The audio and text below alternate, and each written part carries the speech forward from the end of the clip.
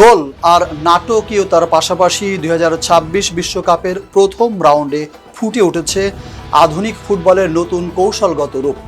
বিশ্লেষকদের মতে প্রচলিত ফরমেশন ধারণা বদলে গিয়ে দলগুলো এখন বেশি গুরুত্ব দিচ্ছে মাঠের ইনসাইড চ্যানেল বা সেন্টার ব্যাক ও ফুল ব্যাকের মাঝখানে ফাঁকা জায়গাকে। ফিফার টেকনিক্যাল স্টাডি গ্রুপের বিশ্লেষক জন লাডলো জানান, গোলের কাছাকাছি এই অঞ্চলকে লক্ষ্য করে আক্রমণ চালানো রক্ষণভাগের জন্য সবচেয়ে বড় চ্যালেঞ্জ তৈরি করে।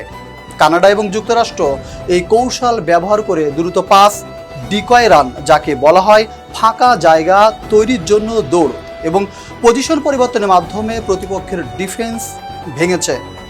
অন্যদিকে টুর্নামেন্টে দেখা যাচ্ছে আরেকটি বড় পরিবর্তন। বল দখলে নিলেই অনেক দল নিজেদের রক্ষণভাগকে 3 ডিফেন্ডারের কাঠামোয় রূপান্তর করেছে। ফ্রান্স ম্যাচ চলাকালে এই পরিবর্তন এনে প্রতিপক্ষের হাই প্রেস ভেঙে দেয়।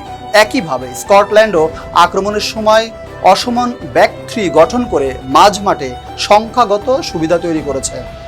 বিশ্লেষকদের মতে এই ব্যাক থ্রি শুধু আক্রমণেই নয়, বল হারানোর পর দ্রুত কাউন্টার প্রেসিংয়ের সুযোগ তৈরি করে আধুনিক ফুটবলে ঝুঁকি ও নিরাপত্তার আদর্শ ভারসাম্য গড়ে তুলছে।